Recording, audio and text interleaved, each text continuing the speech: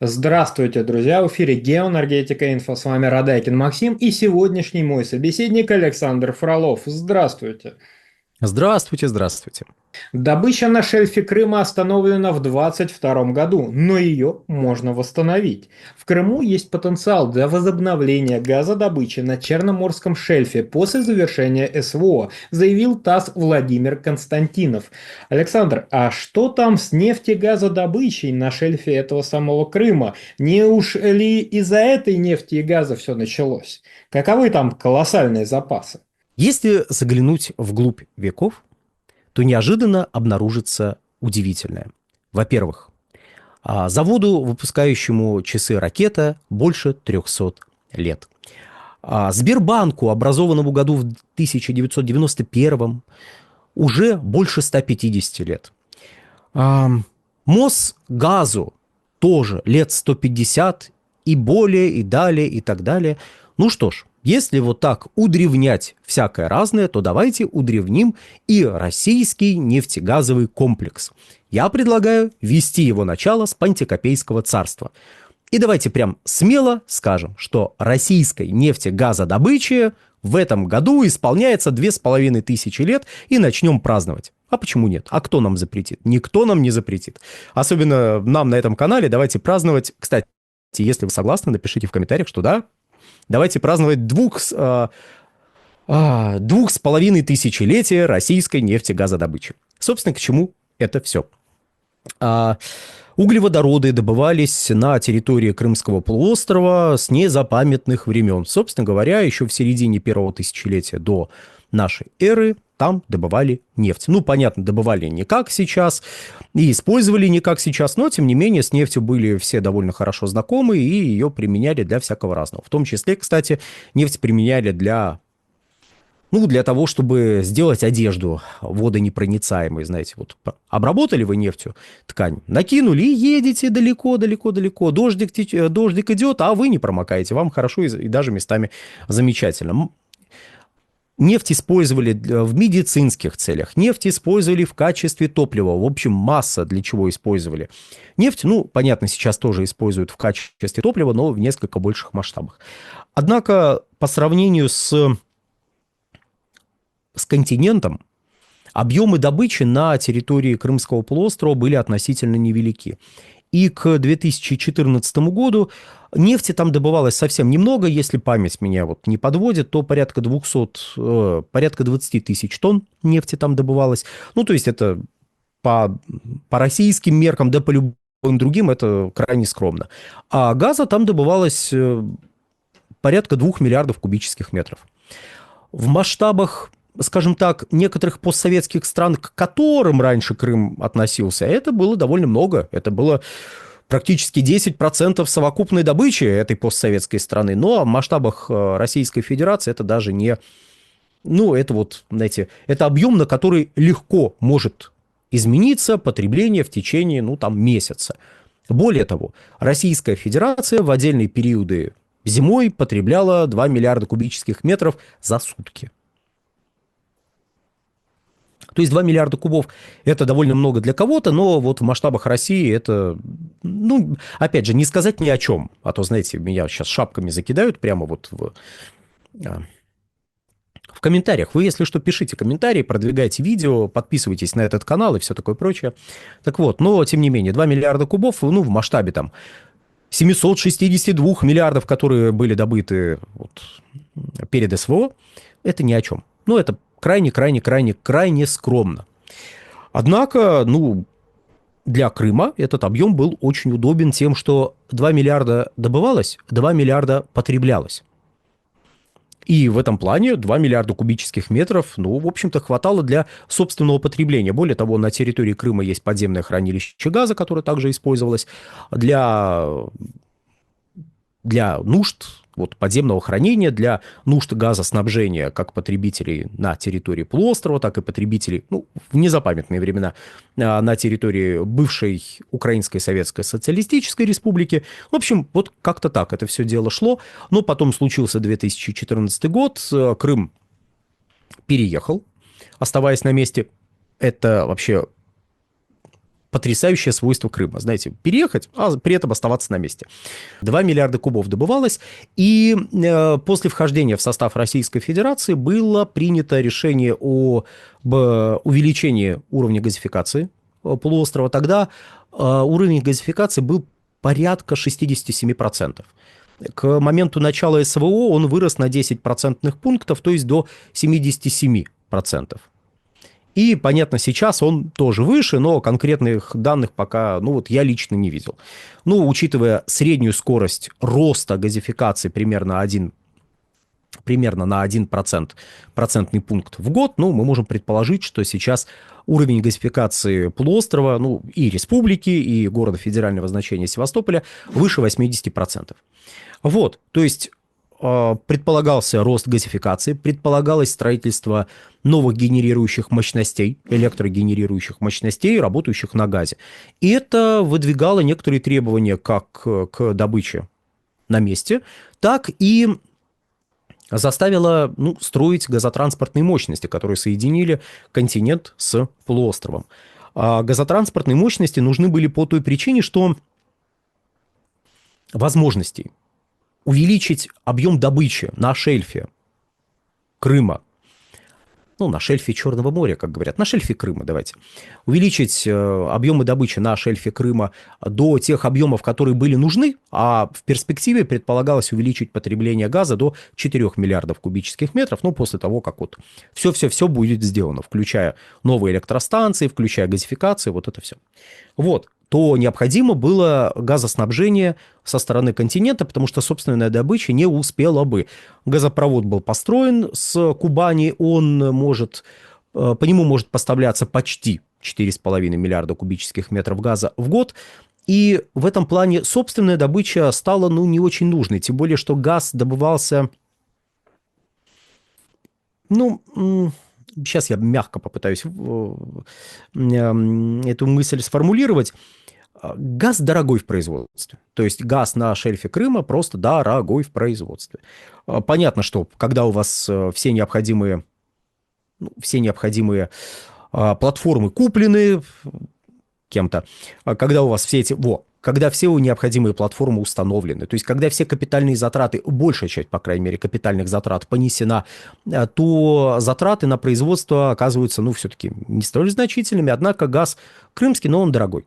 Он дорогой, и по сравнению с тем, что производится в крупных центрах газодобычи на территории континента, континентальной части Российской Федерации, как-то в нем какой-то невероятной необходимости уже не было. Еще раз, одно дело, когда вы находитесь в составе страны, для которой ваша газодобыча это 10%, а другое дело, когда 2 миллиарда кубов. Вот. А другое дело, что не стоит сбрасывать со счетов наработанный местными специалистами опыт, который они приобрели при работе на шельфе. В принципе, Черноморнефтегаз – это такая очень… Это структура с довольно интересной и местами драматичной историей работы в шельфовой зоне. У нас было в Союзе порядка 4 таких предприятий создано. Собственно говоря, Черноморнефтегаз было одно из них. Но, опять же, какой-то невероятной необходимости сегодня в этом газе не было. Ну и, понятно, после начала всем известных событий, когда просто продолжение работы приводило к возникновению никому не нужных рисков, то добыча была приостановлена. При этом газоснабжение не прекращалось. Труба, которая проложена со стороны Кубани, она достаточный объем позволяет прокачивать. Ну и в конце концов, если вдруг что, проложить еще одну трубу труда не составит. Тем более трубные производства у нас на месте, компрессорные производства у нас на месте, строители у нас на месте. Если надо, построят. Протяженность не такая значительная, там километров 400 надо построить. Понятно, что смотря с чем мы сравниваем, но тем не менее. Сейчас этой трубы хватает. При том, что были построены две крупные газовые электростанции, собственно говоря, в районе Севастополя и в районе Симферополя. И эти газовые электростанции покрыли большую часть потребностей Крыма. Раньше Крым снабжался, по сути, электрической энергией со стороны Украины и получал электрическую энергию, ну, из объединенной энергосистемы Украины. На Украине там две энергосистемы было. Одна вот это Бурштинский энергоостров, вторая это на большей части Украины, это вот объединенная энергосистема. И эта энергосистема, ну, в основном получал Крым электрическую энергию, как это вот обычно говорилось, которая производится на Запорожской атомной электростанции. Ну, понятно, что откуда конкретно пришел ваш киловатт, в общем-то, не очень важно. Главное, что вы были зависимы вот от этих поставок. Но так как после, опять же, всем тоже известных событий произошло, ну, какие-то люди занялись международным терроризмом, там оборвали электрические провода, подорвали. Откуда у них, интересно, взрывчатые вещества, опоры линии электропередачи? Ну, в общем, снабжение полуострова резко прервалось, но тогда на полуострове уже была резервная генерация. После того, как была блокада устроена энергетическая, там кроме малой генерации еще подогнали мобильные электростанции, которые использовались во время Олимпиады, ну, для резервного электроснабжения. И, в общем, как-то пропетляли этот период там с экономией, с, как бы так помягче выразиться, с графиками отключения, но вскоре Энергомост заработал, параллельно с этим вот строился газопровод, ускорили строительство, насколько это было возможно, местной новой генерации, которая, собственно говоря, большую часть электрической энергии производит сейчас, ну, из той электрической энергии, которая нужна полуострову, вот электрическая энергия производится на этих двух крупных электростанциях. Не вся электрическая энергия, которая нужна полуострову, производится на них, но, тем не менее, они закрывают большую часть потребностей, тем более, если мы берем такое межсезонье, то их, по идее, должно хватать. Вот. Тут еще какой момент. Ну и да, для них вот были построены еще и вот эти мощности по подаче газа. И еще раз, не только для них, но и для нужд газификации. Газификация идет, газификация вот расширилась. Только с 2014 по 2021 год включительно на 10 процентных пунктов уровень газификации вырос, он рос и растет и сейчас, но еще раз, если вдруг у вас есть какие-то данные более свежие, обязательно киньте их в комментарии. Постараемся ознакомиться. Вот, то есть, если вернуться к такому провокационному вопросу, который задал Максим в начале, нет, разумеется, газовые вот эти богатства шельфа какого-то вот настолько радикальной роли сыграть не могли. Ну, это понятно, это, знаете, ради красного словца было.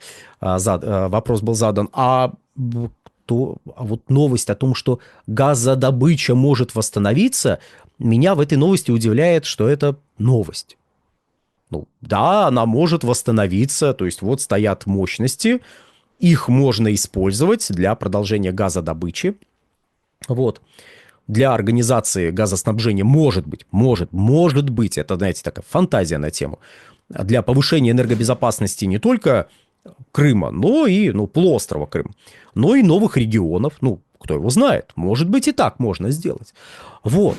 И в этом плане восстановление газодобычи после завершения конфликта является не предметом, будет оно или не будет. Ну да, разумеется, оно будет. Вопрос лишь в каких масштабах, какие средства будут вкладываться в поддержание этой газодобычи. Возможно, вопросом может являться, будут ли вкладываться деньги в расширение газодобычи, в дальнейшую геологоразведку и прочее, прочее, прочее. Вот это является предметом обсуждения. Ну, тут я могу заметить следующее. То есть, еще раз, 2 миллиарда кубов, это пусть и мало, но тем не менее на региональном уровне это вполне значимые объемы, которые лишними не будут.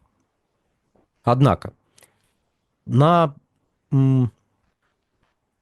территории Черноморского бассейна, вот в целом, понятно, что к Крыму прилегает не только Черное море, там есть еще Азовское море, но пока вот опять же, позвольте тему Азовского моря не касаться, поговорим про Черное море. Если посмотреть на более отдаленную перспективу, то Черное море является интересным еще и с точки зрения нетрадиционных запасов газа. Есть такая штука — газогидраты. И эту тему стали более или менее плотно прорабатывать с конца нулевых годов. Понятно, не только тогда, но вот там был ряд крупных проектов, был проект в Штатах, был проект в Канаде, притом в канадском проекте и немцы, и японцы, и канадцы, американцы, все принимали участие, всем было страшно интересно. Были соответствующие проекты у берегов Японии, были проекты у берегов Китая, то есть все по чуть-чуть, понемножечку, по мере сил интересуются газогидратами, и по имеющимся данным под дном Черного моря газогидраты имеются в больших количествах, и пока есть только оценки, но оценки, знаете, там от нескольких триллионов кубических метров до там нескольких сотен триллионов кубических метров может газа там залегать. Ну, это вот такого порядка, знаете, оценки. По крайней мере, те, что я видел, когда интересовался этой темой в середине десятых. Возможно, сейчас уже все уточнили, в чем я лично сомневаюсь, потому что деньги в это направление, ну, вкладываются постольку-поскольку. Это тема на очень отдаленное будущее. Это тема на то будущее, когда газ будет стоить очень-очень дорого, все крупнейшие месторождения уже будут выработаны, будем работать с мелкими месторождениями, себестоимость газа вырастет и так далее, и тут можно будет присмотреться уже к газогидратной тематике более предметно. При этом газогидраты имеются не только в вот этих поддонных отложениях, но и в вечной мерзлоте, то есть где их поискать, есть где с ними поработать, но пока эффективных методов газодобычи вот при работе с газогидратами не выработано. Хотя, если вы почитаете новости, если вы следите за газовыми новостями, то периодически возникают новости в стиле «Китаю больше не нужен российский газ, потому что они нашли там на дне моря необъятное количество этого самого газа, и вот они его добыли». А дальше все, больше не добывают. Почему? Ну, они посчитали, сколько это стоит. При текущих ценах это просто бессмысленно. Это ну никак, ну никуда. А вот где-нибудь в отдаленной перспективе Черное море может стать довольно значимым источником этого газа. Но это так. Это, знаете, чтобы подбросить еще дровишек к нашей вот этой теме, которую мы начали с невероятной глубины веков. Аж 2500 лет назад уже там нефть добывали. Вот, теперь тут добывают в основном газ. Ну, по поводу нефти, понятно, работа на шельфе, работа, в принципе, с Крымом не очень интересна в том смысле, что, ну, нефти там мало. Ну, по крайней мере, из того, что известно сейчас, и того, что, в принципе, имеет смысл добывать. То есть там объемы, еще раз, порядка 20 тысяч тонн. Это когда у вас в стране добывается 500 миллионов тонн, ну, 20 тысяч – это как-то предельно несерьезно. Вот, если бы у вас добывалось меньше, ну да, вы могли бы присмотреться к этим объемам. Сейчас я даже не знаю, то есть будут ли в эту сторону копать, будут ли это направление развивать, я лично сомневаюсь. Ну а газ, да, после завершения СВО добычу продолжит, и будет этот газ снабжать и полуостров, и новые регионы. Александр, большое спасибо за комментарий. Друзья, подписывайтесь на телеграм-канал Геоэнергетика Инфо. Подписывайтесь на телеграм-канал Александра Фролова. Ссылки будут в описании и закрепленном комментарии. Там же будут реквизиты для желающих финансово поддержать наш проект, чтобы мы дальше также бодро вещали на всех площадках без монетизации. Спасибо. До новых встреч. Да, подпишитесь на телеграм-канал «Нефтегазовая игра» и на телеграм-канал «Инфотек». Ну а на сегодня, да, действительно все. Всего хорошего.